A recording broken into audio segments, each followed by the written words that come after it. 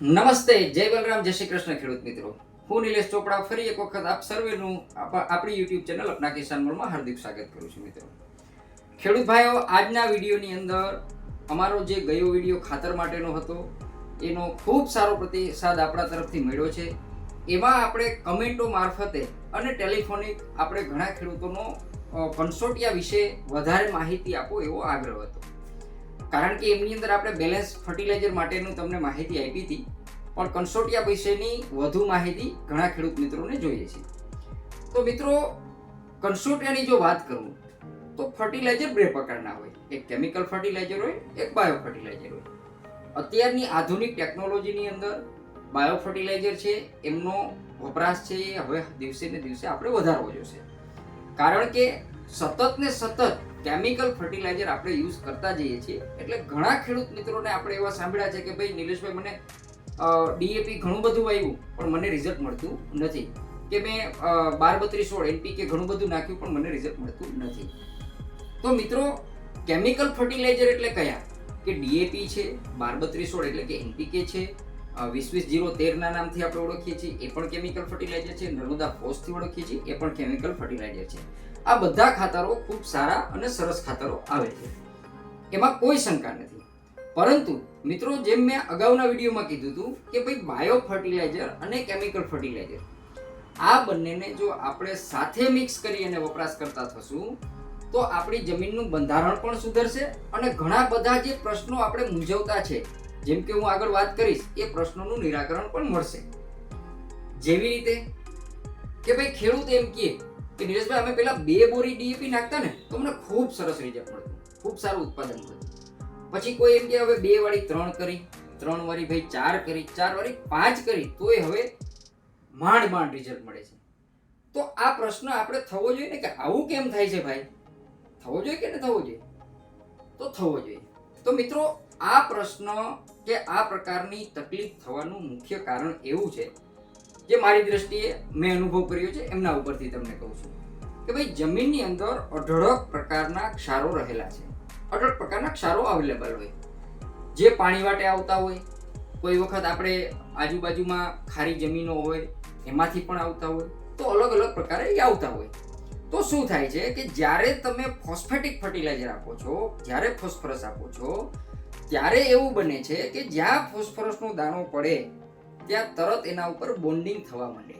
Bonding એટલે શું? સીધી ભાષામાં કહું તો આપણે સાકર અથવા તો ખાંડના 2 દાણા મૂક્યા હોય અને કેમ થોડીક વારમાં ત્યાં મધની જે માખીઓ બધી આવીને એ દાણાને ઉપર આખી એમ ચોટી જતી હોય, એવી રીતે જે ક્ષારો જમીનમાં પડેલા છે એ જે ફોસ્ફરસ એટલે કે અચલિત છે એના ઉપર આવી અને એ બોન્ડ બનાવી લેતું હોય છે. એટલે થાય છે શું કે તમે ભાઈ વીઘે 15 કિલો કે 20 કિલો ફર્ટિલાઇઝર નાખ્યું છે પણ એ 10 કિલો માંડ ઉપયોગમાં આવે એવી અવસ્થાનું હોય છે કે જે છોડ લઈ શકતો હોય. સમજી શકો છો? જે છોડ લઈ શકે એ પ્રકારની વસ્તુમાં એ માંડ કરીને આવતું હોય છે. તો આના માટે જે નવી અને અદ્યતન ટેકનોલોજી જે આપણા દેશના વડાપ્રધાન શ્રી માનનીય નરેન્દ્રભાઈ મોદી સાહેબે લાલ કિલ્લા ઉપરથી એક વખત વાત કરેલી છે મિત્રો, કે બાયો ફર્ટિલાઇઝરનો આપણા ખેડૂતો, દેશના ખેડૂતો વપરાશ વધારે, જેનાથી આપણી જમીન સુધરશે, આપણી જમીનનો બાંધો પણ સુધરશે. અને સમયે આપણે આપણા કૃષિ તજજ્ઞો, જેમ કે આપણી યુનિવર્સિટીના વૈજ્ઞાનિકો છે, આપણા ખેતીવાડી ખાતાના અધિકારીઓ છે, આપણા ગ્રામ સેવકો છે, આ બધાય આપણે સમયે ખેડૂતોને કહેતા જ આવે છે કે ભાઈ તમે કન્સોર્ટિયા બેઝ બાયો ફર્ટિલાઇઝરનો વપરાશ કરો. પણ આપણે રહ્યા થોડા ખેડૂત ભાઈઓ માનીએ ન માનીએ આવા પ્રશ્ન આપણા ચાલતા હોય છે. તો મિત્રો, હવે રાહ જોવા જેવો સમય નથી. અત્યારનો સમય છે એ ખેતીની અંદર અગ્રેસર રહી નવી ટેકનોલોજી એક્સેપ્ટેશન કરવાનો છે, અને જે મારા જેવી નવી પેઢી છે એ કરી પણ રહી છે. તો અહીં મિત્રો, જો કન્સોર્ટિયાની વાત કરું તો મેં સાવજ બ્રાન્ડના, બલદેવ બ્રાન્ડના, આપણે સાવજના એનપીકે કન્સોર્ટિયાની મેં મારા આગળના વિડીયોમાં પણ વાત કરી હતી ને આમાં પણ કરું છું, કારણ કે મને એ પ્રોડક્ટનો મારો પોતાનો જાત અનુભવ છે. ચોક્કસ બીજી કોઈ સારી કંપની પણ ઘણી બધી હશે જે બનાવતી હશે, પણ મારો તમને આગ્રહ છે કે જ્યાં મળતો હોય તો સાવજના લ્યો, બાકી અધર સારી કંપનીના તમે લઈ શકો એમ. તો કન્સોર્ટિયા મિત્રો શું કરે? તો કન્સોર્ટિયાની અંદર 3 પ્રકારના અત્યારે જે છે એમાં કન્ટેન્ટ આવેલા હોય છે, NFS, PSB અને KMB. એટલે કે nitrogen fixation bacteria, potash solubilising bacteria અને ફોસ્ફરસ સોલ્યુબલાઇઝિંગ બેક્ટેરિયા. તો ખાસ કરીને એની અંદર જે બેક્ટેરિયા કહેવાય કે જે પણ બાયોલોજિકલ કલ્ચર કહેવાય એમાં એજેટોબેક્ટર, એસિટોબેક્ટર, રાઇઝોબિયમ અને પોટાશ સોલ્યુબલાઇઝિંગ બેક્ટેરિયા, આ પ્રકારના જે બેક્ટેરિયા હોય છે એમનું જીપ્સમ સાથે કોલોબરેશન કરી અથવા તો એમની દળીઓ બનાવી અને ખાતર તરીકે બનાવવામાં આવતું હોય છે. તો મિત્રો આ વસ્તુ શું કરશે, જ્યારે તમે આપશો જમીનમાં ત્યારે તમારી જમીનમાં રહેલો ફોસ્ફરસ છે એને ઓગાળવાનું સૌથી મોટું કામ કરશે અને એ લાંબા ગાળા સુધી કરશે. અને મેજિકલ વાત કરું, તમને જાદુઈ વાત એક મિત્રો કરું તો જ્યારે તમે NFS આપશો, નાઇટ્રોજન ફિક્સેશન બેક્ટેરિયા, એનો તો એટલો લાભ છે દોસ્તો કે હવાની અંદર આપણે જે શ્વાસ લઈ રહ્યા છીએ એ સમજો કે ઓક્સિજન છે, એમ નાઇટ્રોજન છોડ માટે મહત્વનું તત્વ છે. તો હવાની અંદર નાઇટ્રોજન એપ્રોક્સલી 70% થી 78% સમથિંગ આઈ થિંક એની આડેગાળે તો હવામાં પણ છે. તો હવે એ એવી ટેકનોલોજી આપણી પાસે નથી કે ભાઈ હવામાંથી નાઇટ્રોજન છોડ લે. તો હા, એ ટેકનોલોજી છે NFS, નાઇટ્રોજન ફિક્સેશન બેક્ટેરિયા. તો મિત્રો તમારે જ્યારે નાઇટ્રોજન ફિક્સેશન બેક્ટેરિયા એટલે કે કલ્ચર આપણે એજેટોબેક્ટર આપણે આપીએ છીએ, એ હવાની અંદર જ્યારે તમે પાણી આપો છો અથવા તો જ્યારે પણ તમે ભેજ આપો છો ત્યારે હવાની અંદરથી નાઇટ્રોજન લઈ લે છે અને છોડના મૂળને પ્રોવાઈડ કરવાનું કામ કરે છે. છે ને આ મેજિકલ વાત? કારણ કે લાંબા સમય સુધી કરે. તો આનો ફાયદો શું નિલેશભાઈ, એવો પ્રશ્ન થાય ને તમને? તો મિત્રો એનો ફાયદો એવો છે કે સીધું ડાયરેક્ટલી તમારો યુરિયાનો ઘટાડો આવશે વાપરવામાં. કારણ કે નાઇટ્રોજન છે એ તમને હવામાંથી મળશે અને છોડને જો પૂરતો નાઇટ્રોજન મળશે, છોડનો વિકાસ સારો હશે, છોડનો કલર સારો હશે, તો તમે કોઈ મૂર્ખ નથી કે કાંઈ યુરિયાની બોરીઓ નાખો એવા છો, કોઈ નથી, કોઈને નાખવું નથી. પણ નબળો છોડ દેખાય છે એટલે આપણે બધા નાખતા હોઈએ છીએ. તો આ છે એનો લાંબા ગાળાનો ફાયદો છે મિત્રો. અને બીજી વસ્તુ, સતત ને સતત તમે કન્સોર્ટિયા બેઝ ફર્ટિલાઇઝર, બાયો ફર્ટિલાઇઝર વાપરતા રહેશો એટલે જમીનની સેન્દ્રિયતા, ફર્ટિલિટી એ વધશે. કારણ કે આપણે અતિશય પ્રકારના કેમિકલો ફર્ટિલાઇઝર નાખીએ એટલે શું થાય કે જમીનની ફર્ટિલિટી, જે આપણે ફાયદાકારક બેક્ટેરિયા છે એ બધા બેક્ટેરિયા ધીરે ધીરે કમ થતા જતા હોય છે. તો અળસિયા જેવા આપણા જે મિત્રો હતા એ અત્યારે આપણે ગાયબ કરી દીધા છે. તો આ પ્રકારના જે અળસિયાઓ છે કે આ પ્રકારના આપણા મિત્ર જીવાતો છે, મિત્ર કીટકો છે જે જમીનની અંદર રહેલા છે, બાયોલોજિકલ એક્ટિવિટી કરે છે, એ બધાને એક્ટિવ કરવા માટે આપણે કન્સોર્ટિયા બેઝ બાયો ફર્ટિલાઇઝર અથવા તો બાયો ફર્ટિલાઇઝરનો આપણે ઉપયોગ કરતો રહેવો પડશે, જે લાંબા ગાળે આપણી જમીનની અંદર એ મિત્રો કીટકોને બધાને આવવા માટે પ્રેરિત કરનાર છે.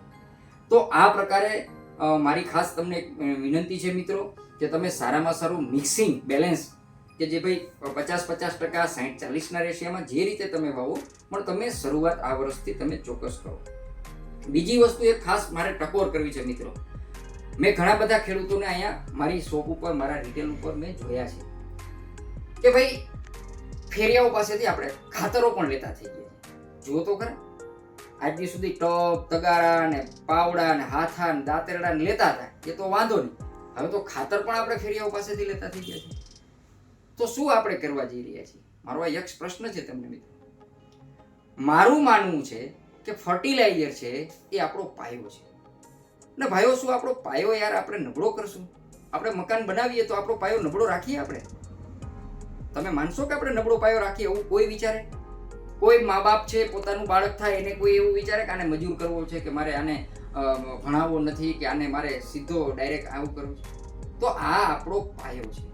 તો મિત્રો, પાયાના ખાતરની પસંદગી યોગ્ય સપ્લાયર પાસેથી જ કરવી જોઈએ, જેમ કે આપણી મંડળીઓ છે, અમારા જેવા ખાતરના ઓથોરાઇઝ વિક્રેતાઓ છે, અથવા તો જે પણ જગ્યાએ લાયસન્સ હોલ્ડર હોય, જે ખાતર વેચવા માટેના પરમિશેબલ હોય, એ વ્યક્તિઓ પાસેથી જ તમારે લેવાનો આગ્રહ રાખવો જોઈએ. આ કોઈ વસ્તુ એવી નથી, કારણ કે આપણો પાયો યાર નબળો રહેશે તો આપણી મોસમ યાર પતી જશે. તમે સમજી તો શકો? આપણા બાળકોનો રોટલો છે યાર, એ કોઈ આલિયા માલિયાઓ પાસેથી લેવાની વસ્તુ નથી. જે પણ જગ્યાએ જાઓ, હા, એ પ્રકારની વ્યક્તિ તમારી સુધી પહોંચે છે તો એની પાસેથી પ્રોપર ગાઈડન્સ લો, પાકા બિલથી તમે વ્યવસ્થિત એની અંદર ટકાવારી છે કે નહીં એ તો જુઓ. આજ સરકાર મૂર્ખ થોડી છે. આપણા માટે થઈને સરકાર કેવડી સબસિડી આપણે આપી રહી છે. મોટા પ્રમાણમાં સરકાર સબસિડી આપે છે ખાતરની મિત્રો. રક્ષા સંરક્ષણ બજેટ પછીની જો કોઈ મોટામાં મોટી સબસિડી છે તો એ ફર્ટિલાઇઝરની સબસિડી છે. તો આ બધું આટલું થતા પણ આપણે જો આ પ્રકારની લાલચથી દૂર નહીં રહીએ તો આપણું કોણ બચાવશે?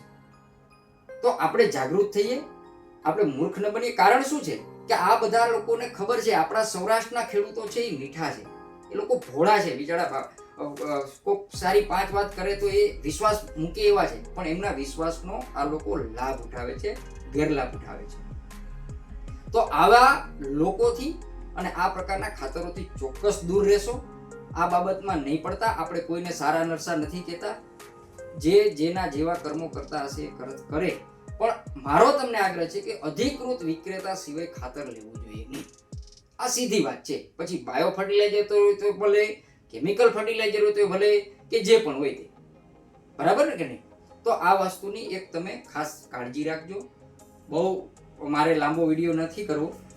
હું અપેક્ષા રાખું છું કે મારો આ વિડીયો તમને બધાને ખૂબ ગમ્યો હશે, અને મારો આ વિડીયો ગમે તો તમારા હેતુ મિત્ર 4-5 દોસ્તો લોકોને તો યાર મોકલજો, કારણ કે એમને પણ ખેતી સુધરી, અને મારા વિડીયોમાંથી જો એમને ખાલી 2 વાત પણ કોઈ યોગ્ય લાગશે તો એ મારા સપોર્ટ બરાબર છે.